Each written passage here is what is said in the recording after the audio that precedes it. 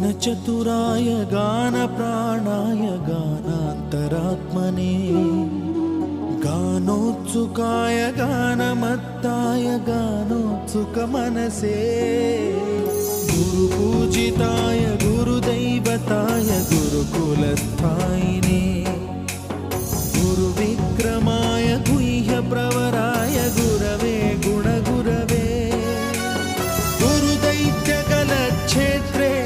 गुरुधर्मसदाराध्याय गुरुपुत्र परित्रात्रे गुरुपाखण्डखण्डकाय गीतसाराय गीततत्त्वाय गीतगोत्राय धीमहि